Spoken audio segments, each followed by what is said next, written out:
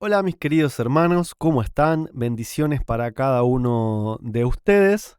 Hoy con esta sorpresa de todo un nuevo escenario donde vamos a estar transmitiendo. Y bueno, aprovecho a agradecerle al Señor por todas sus bendiciones.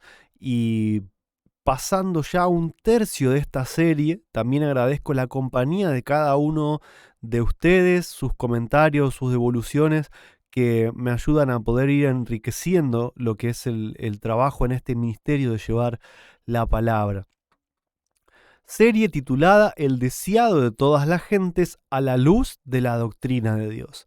Si es la primera vez que me estás acompañando, tenés que saber que estamos en el capítulo 35, ¿sí?, de esta serie, que está basada en el libro escrito por Elena G. de White. Lo que hacemos nosotros es un pequeño resumen de las historias, de las anécdotas que se cuentan allí, y vamos resaltando especialmente las citas que nos ayudan a conocer al único Dios verdadero y a su Hijo Jesucristo.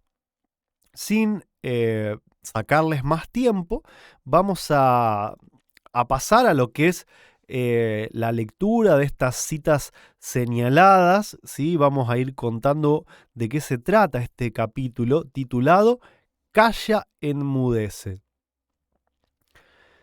Jesús, después de haber estado con una gran cantidad de personas hablando sobre parábolas, como la parábola del sembrador, como la semilla de mostaza, como la levadura, pasaba tan largos días hablándole a la gente y sanando a todos los enfermos, que cuando llegaba al final del día se sentía muy cansado, a veces con mucha hambre, y fue así en este día que decidió apartarse, irse en un barco con sus discípulos, cruzar el mar de Galilea para poder ir a descansar. Cuando, bueno, salen al mar, ¿no es cierto? Salen en barco. Otras personas igualmente lo siguieron, había personas que no querían apartarse de Jesús, querían estar atentas a todo lo que iba a pasar, pero la gran mayoría no había podido hacerlo.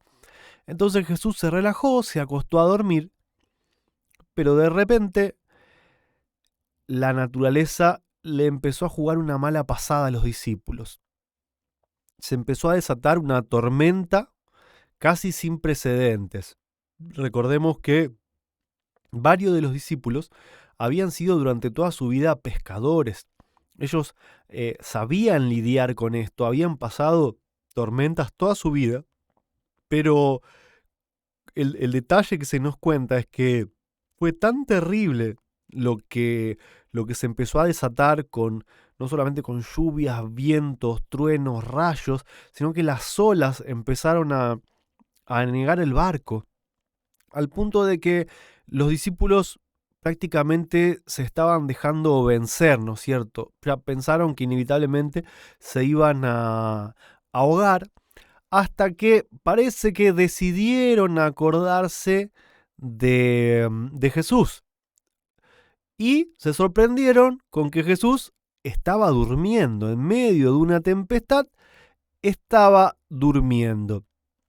Y la primera cita que subrayamos dice: absortos en sus esfuerzos por salvarse, se habían olvidado que Jesús estaba a bordo. Ahora, reconociendo que eran vanas sus labores y viendo tan solo la muerte delante de sí, se acordaron de aquel a cuya orden habían emprendido la travesía del mar. En Jesús se hallaba su única esperanza. En su desamparo y desesperación clamaron: Maestro, Maestro. Pero las densas tinieblas le ocultaban de su vista.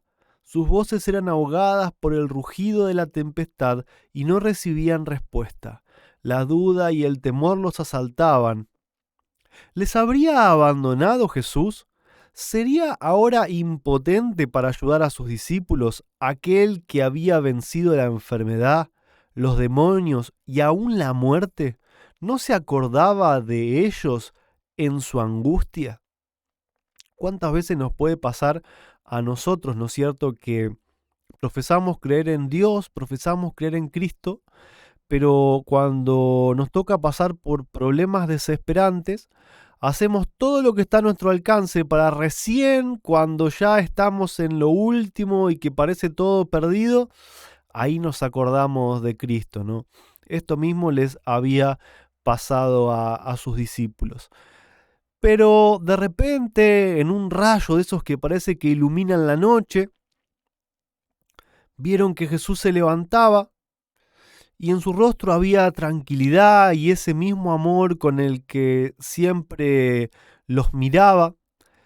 Y dice que levantando sus manos, dijo al mar, a los truenos, al viento, les dijo: calla, enmudece, como lo dice el título de este capítulo, ¿cierto?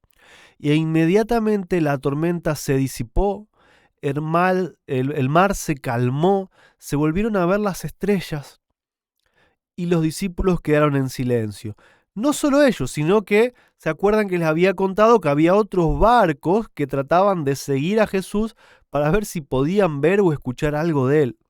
Bueno, todas estas personas también vieron este milagro porque la tormenta había llevado casi a los barcos a estar uno muy, muy cerca del otro. Fue un milagro tremendo que terminó de quizá quitar todas esas dudas que por ahí a alguno le podría haber quedado sobre Jesús, ¿no? Y sin embargo, eh, Jesús les dice: ¿dónde está su fe? O sea, tan poca fe tienen. Seguimos leyendo las citas subrayadas. Dice: cuando Jesús fue despertado para hacer frente a la tempestad, se hallaba en perfecta paz. No había en sus palabras ni en su mirada el menor vestigio de temor, porque no había temor en su corazón. Él no confiaba en la posesión de la omnipotencia, o sea, él no actuaba diciendo yo soy Dios, entonces hago lo que quiero. No era en calidad de dueño de la tierra, del mar y del cielo, como descansaba en paz. Había depuesto ese poder y aseveraba: no puedo yo de mí mismo hacer nada. Jesús confiaba en el poder del Padre, descansaba en la fe, en el amor y el cuidado de Dios. Y el poder de aquella palabra que calmó la tempestad era el poder de Dios. Así como Jesús reposaba por la fe en el cuidado del Padre, así también hemos de confiar nosotros en el cuidado de nuestro Salvador. Si los discípulos hubiesen confiado en Él, habrían sido guardados en paz. Su temor en el tiempo de peligro reveló su incredulidad. En sus esfuerzos por salvarse a sí mismos, se olvidaron de Jesús y únicamente cuando, desesperando de lo que podían hacer, se volvieron a Él y pudo ayudarles. Esto es una lección, ¿no es cierto?, para cada uno de nosotros. Aprendamos a buscar a nuestro Señor siempre, desde el comienzo, por más simple que parezcan las cosas. Aprendamos a dejar de confiar en nosotros mismos y en nuestras habilidades, porque si nos ponemos en las manos de Dios y confiamos en Él nos va a ayudar en absolutamente todo, aún hasta en las cosas más insignificantes. Y claro está, así como pudo calmar esa tormenta, pudo sanar enfermos, pudo revivir muertos, así también puede hacer con cada uno de nosotros. Cuán a menudo, ¿no es cierto?, nos pasa que confiamos en nuestra propia fuerza hasta que perdemos nuestra esperanza y estamos a punto de perecer. Entonces nos acordamos de Jesús. Y si clamamos a Él para que nos salve, no clamaremos en vano. Aunque Él con tristeza reprende nuestra incredulidad y confianza propia, nunca deja de darnos la ayuda que necesitamos. en la tierra o en el mar, si tenemos al Salvador en nuestro corazón, no necesitamos temer. La fe viva en el Redentor serenará el mar de la vida y de la manera que Él reconoce como la mejor, nos librará del peligro. El pecado ha destruido nuestra paz. Mientras el yo no esté subyugado, no podemos hallar descanso. Las pasiones predominantes en el corazón no pueden ser regidas por facultad humana alguna. Somos tan impotentes en esto como los discípulos para calmar la rugiente tempestad. Pero el que calmó las olas de Galilea ha pronunciado la palabra que puede impartir paz a cada alma. Todas las palabras que Jesús registró y todas las palabras que él dijo no fueron solamente para ayudar a las personas que estaban ahí viéndolos, sino que son una promesa para cada uno de nosotros. Por fiera que sea la tempestad, los que claman a Jesús, Señor, sálvanos, hallarán liberación. Su gracia, que reconcilia al alma con Dios, calma las contiendas de las pasiones humanas y en su amor el corazón descansa. Qué bonita historia, qué bonito mensaje. Pero el capítulo no termina ahí. Dice que cuando llegaron a la otra orilla, a la orilla de lo que es... a ver si leo acá el nombre de la ciudad. Sé que era la región de Decápolis, pero no recuerdo ahora la ciudad exacta. Bueno, ya más adelante la vamos a ver, pero si era la región de Decápolis, dice que bajaron Jesús con sus discípulos del barco y ni bien bajaron, dos endemoniados, dos locos, con pedazos de cadenas que todavía le quedaban de haberlas roto cuando se zafaron, con el cuerpo lastimado, cortado por rocas, los pelos todos enmarañados, se abalanzaron empezándolos a correr como si los fueran a despedazar, y los discípulos salieron corriendo. Y cuando de repente frenaron, cuando pensaron que el peligro había pasado, se dieron cuenta que Jesús no estaba. Cuando volvieron, acercándose despacio hacia el lugar, se habían dado cuenta que Jesús se había quedado ahí mismo, que no había retrocedido ni un solo paso. ¿Y qué hizo Jesús? Con autoridad ordenó a los espíritus inmundos que saliesen. Sus palabras penetraron las oscurecidas mentes de los desafortunados. Vagamente se dieron cuenta de que estaban cerca de alguien que podía salvarlos de los atormentadores demonios. Cayeron a los pies del Salvador para adorarle, pero cuando sus labios se abrieron para pedirle misericordia, los demonios hablaron por su medio, clamando vehementemente: ¿Qué tienes conmigo, Jesús, Hijo del Altísimo?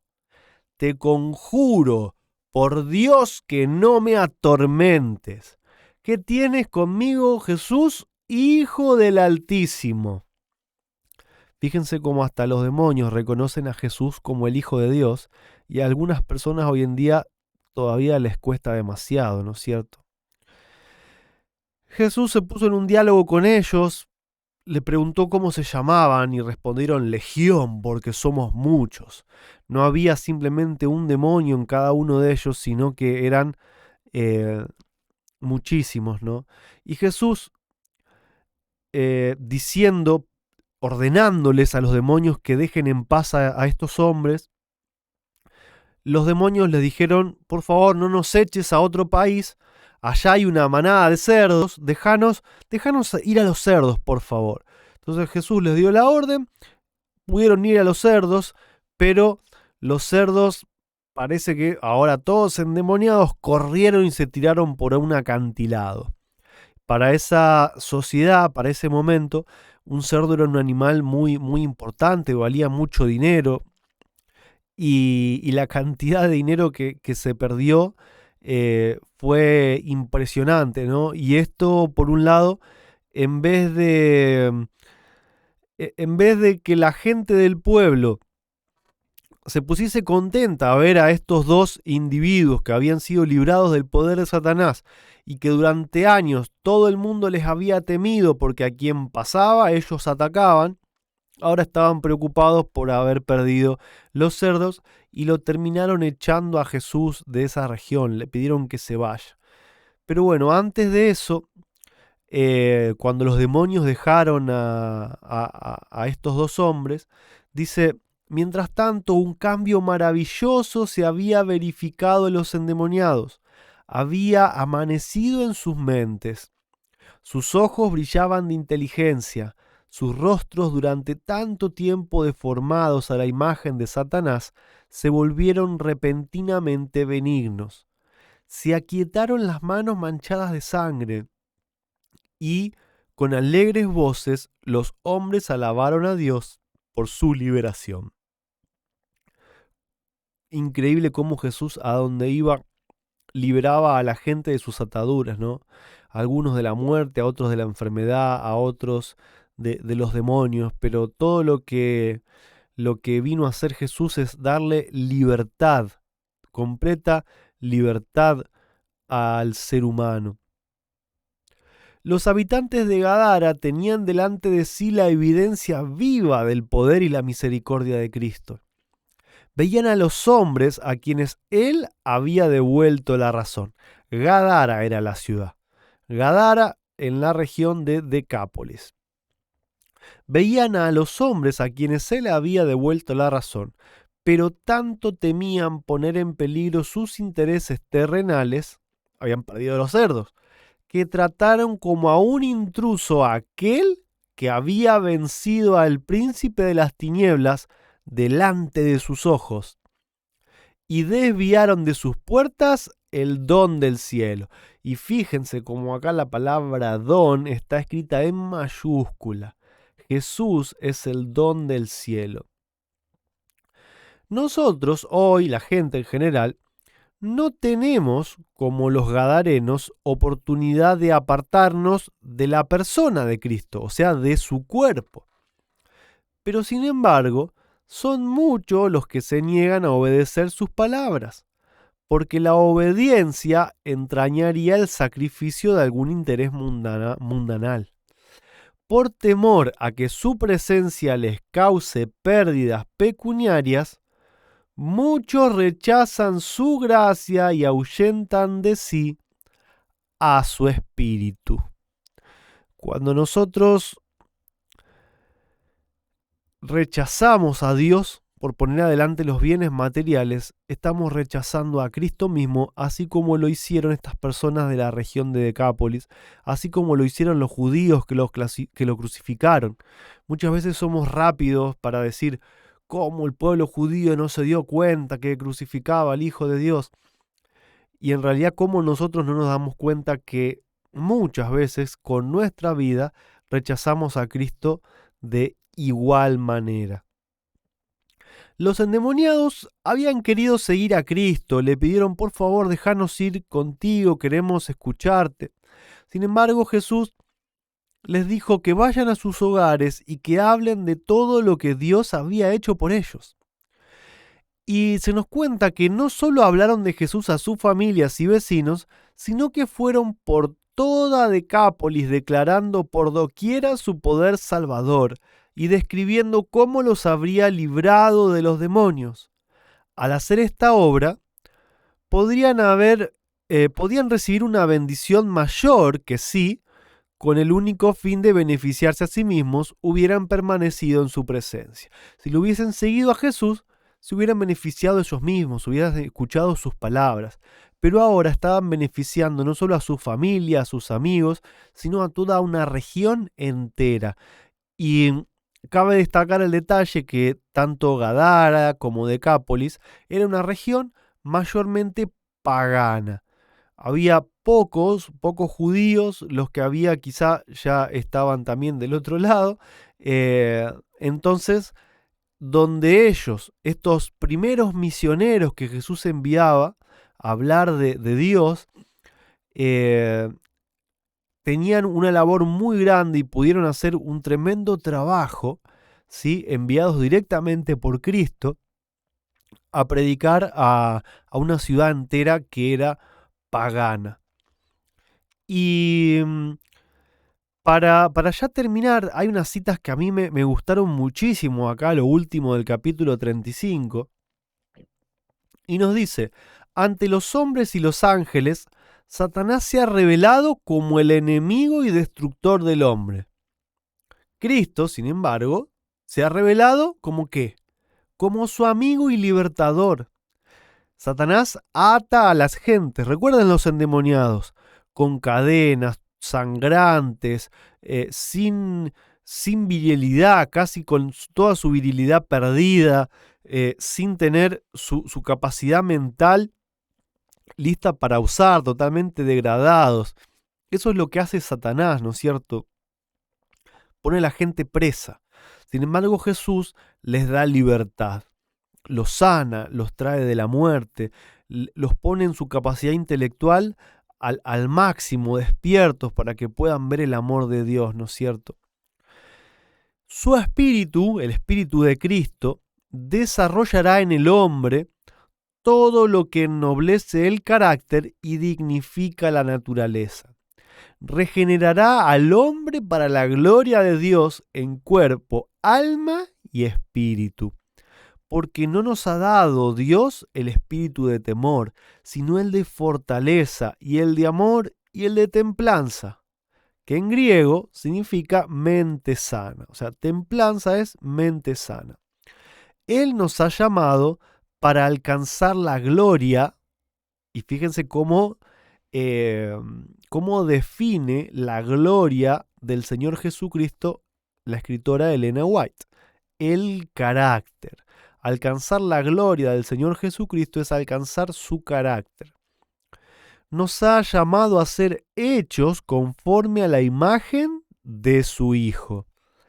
Y las almas que han sido degradadas en instrumentos de Satanás siguen todavía mediante el poder de Cristo siendo transformadas en mensajeras de justicia y enviadas por el Hijo de Dios a contar cuán grandes cosas el Señor ha hecho contigo y cómo ha tenido misericordia de ti. Me encantó este capítulo. Hemos encontrado citas en referencia al Hijo de Dios, como incluso la gente pagana o los mismos demonios reconocieron que Dios tiene un hijo y que Jesús era ese Hijo de Dios. Hemos visto cómo Cristo a través de su Espíritu trabaja con nosotros a cada momento. Y hemos aprendido que nuestro Señor está esperando que en cada momento nosotros lo busquemos. Y no solamente cuando ya nos sintamos desesperados, cuando ya no tenemos nada para hacer. Que lo busquemos desde el principio. No importa la complejidad que a nosotros nos parezca que tiene el problema, dejemos las cosas en las manos de Dios. Y Él a través de su Hijo Jesús está dispuesto a bendecirnos y ayudarnos, así como hizo cuando Él estuvo físicamente presente aquí en esta tierra. Si el material te gustó, si el material te sirvió espiritualmente, te voy a pedir de favor que puedas compartirlo. Acá, vamos a señalarlo así, acá abajo, tenemos las instrucciones, ¿sí?, de cómo en el canal de YouTube ponerle un me gusta, darle a suscribirte en la campanita, y de ahí mismo después se puede compartir en las redes sociales para que otras personas también puedan verlo y puedan encontrar la bendición que ustedes también han encontrado. No porque yo esté acá en esta cámara, sino porque el contenido de lo que hemos leído, el contenido que estamos estudiando, es contenido que nos ha dado Dios directamente para que podamos crecer en su conocimiento y alcanzar su gracia, la gracia también del Señor Jesús. Así que, sin más, deseo que Dios los bendiga a cada uno de ustedes y los espero para el próximo capítulo de esta serie titulada El deseado de todas las gentes a la luz de la doctrina de Dios.